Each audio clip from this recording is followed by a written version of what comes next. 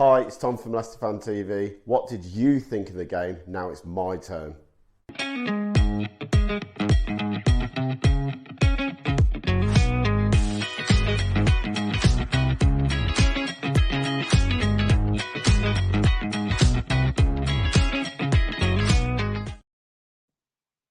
Hi, Tom from Leicester Fan TV here. Just thought I'd do my post-match review of Arsenal. Had 24 hours for it to soak in and, time to reflect on everything from yesterday's game. Well, where do we start? Obviously, the team new came out and we'd seen that Bonotti was starting instead of Jordan Ayew. And you're thinking, okay, see some attacking threat there.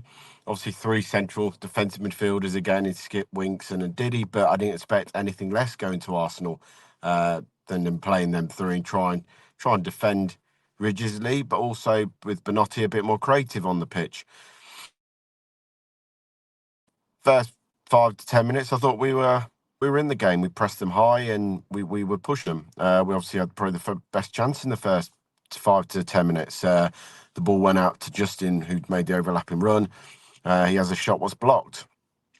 But then that was it really for the first half, and it was all Arsenal.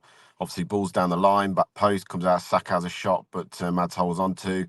There was one talking point in the game. What was interesting, if you've seen the highlights from the game, was we've tried to play it from the back into Vards. Vards obviously lose it, and Arsenal pick the ball up. But because we've played out, JJ has pushed on to near the halfway line. And obviously, a lot of goals have come down from his side, but it must be St. Cooper's telling him, because I watched it a few times yesterday. We'd get caught out quite a lot, but we're trying to play out from the back. And JJ's near the halfway line, and we're not even got it out of our own half yet. After the ball goes we lose it. JJ's out of position, and they get a shot in on that left-hand side, where it goes over the crossbar. Obviously, pressure then starting to tell. The ball goes long to Vards, who's clearly fouls on the halfway line. He clearly gets pulled back. Poor refereeing, in my view. Why Vards didn't look at it and think, well, there is definitely a foul in there. Is it too far back from the goal being scored? But again, for me, you have to switch on for those positions. And it's a poor goal to concede. It's a ball down the line. It's an overlapping run. He takes the ball, he crosses it. There's four players in that area, and not one of them pick up, I think it was Trossard, who scored the goal, I think the first goal for them. No one picks them up, whoever scored, but no one picking up that midfield runner. And Martinelli scored the first goal. No one's picking him up, and he just taps it into the net. And you're thinking, well, who's picking him up? He's standing there between four blokes. Four players who's standing there, no one picks him up. Very much like the Aston Villa free kick, the ball played it across the box, and he's in between the lines, and no one's got him. At that point, you're thinking, damage limitations. Let's get to half-time 1-0. Nope. Sucker punch. Here comes the second goal. Faz is too bold about the person on the floor, telling him to get up. So he then, moves back in his position. Obviously, another ball on JJ's side. Ball comes into the area, and nobody is picking up Trossard. What the hell? I mean, I've watched it 10, 12, 13 times. I still don't get why Harry Winks has not followed him. He clearly sees where he is. Again, four players around him, and not one of them is near him to stop him taking the first-time shot and making it 2-0. Half-time, like you say, it could have been 3, could have been 4-0 by half-time at that. And you're just thinking, thank God, it's only 2. Obviously, Leicester get a bit of luck in the second half, and the ball down the line. Vardy wins a free kick. Free kick comes in, Justin heads it towards goal, takes a deflection off Havertz and going to the net, and you think, Jesus, we're back in the game. How are we even still in this game? We'll take it. The difference was in the second half, I felt we pushed on 10 yards. We were 10 yards higher at the pitch. We were pressuring them from there, playing out from the back, what we didn't do in the first half. And it was interesting to hear Cooper's interview after the game, where he even said we shouldn't have been that deep in the game. But if we shouldn't have been that deep, why are you not telling the players to get up the pitch? Why are you not saying to players, you need to be high, bringing it onto them, banging it into them, get up the pitch more? Obviously, you didn't, because the players set deep so first half. Second half, we're so high up the pitch, it made such a difference. Obviously, then 2-1, you're thinking, right, don't do anything. Keep the press high, keep pushing on at them. Best form of defence at the moment for Leicester is attack, because we can't defend. And then, obviously, at 2-1, Mads pulls off a double save. Gabriel heads it, pulls off the first save, and there's another header comes in, he saves it again. and we clear it, and you're thinking that's a big moment in the game.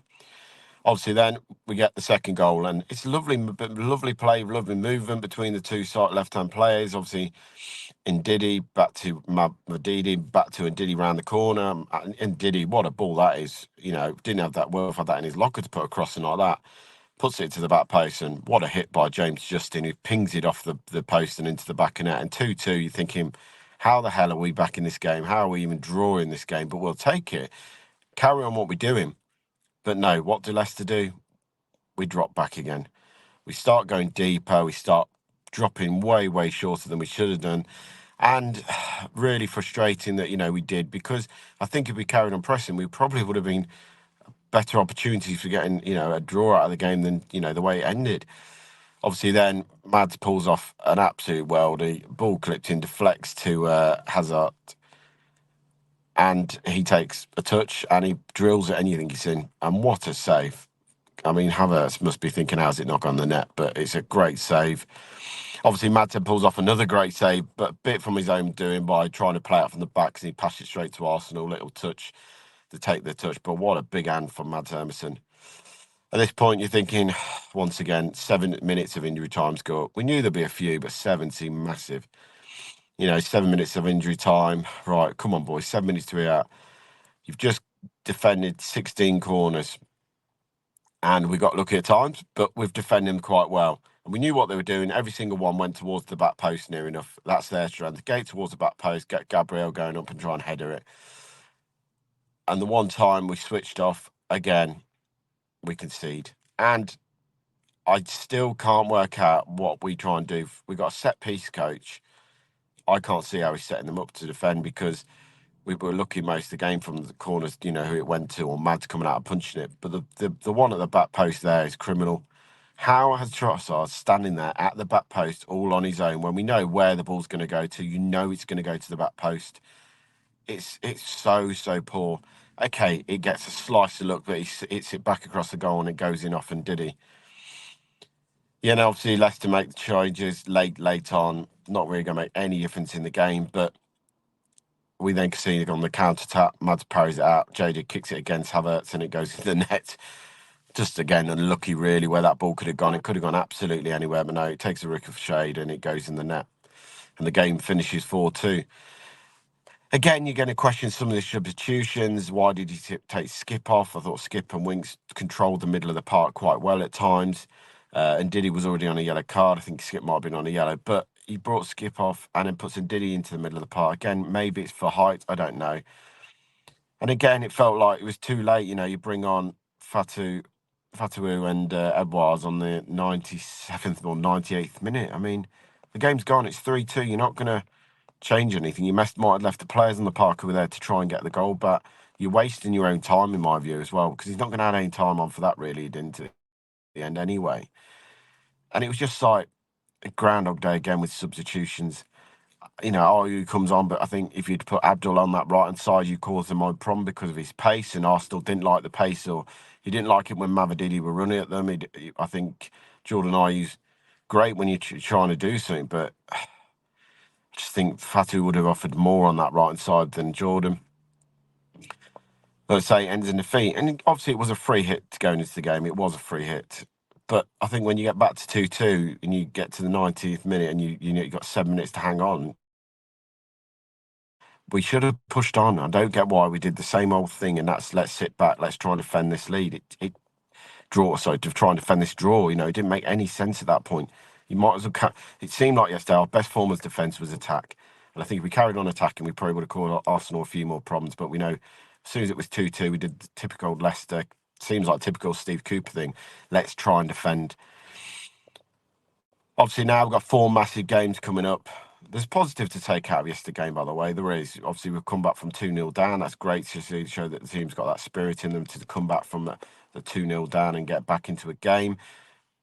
But my biggest concern, I'd say, that's 4 games out of 6 that we haven't turned up for the first half.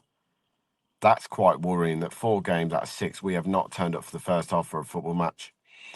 Obviously, next 4 is massive for me, and a minimum of 8 points. We've got one more game before the international break. For me, you've got to win that game against Bournemouth next weekend. It is massive. Bournemouth next weekend is crucial. You can't go into a second international break without having won a game.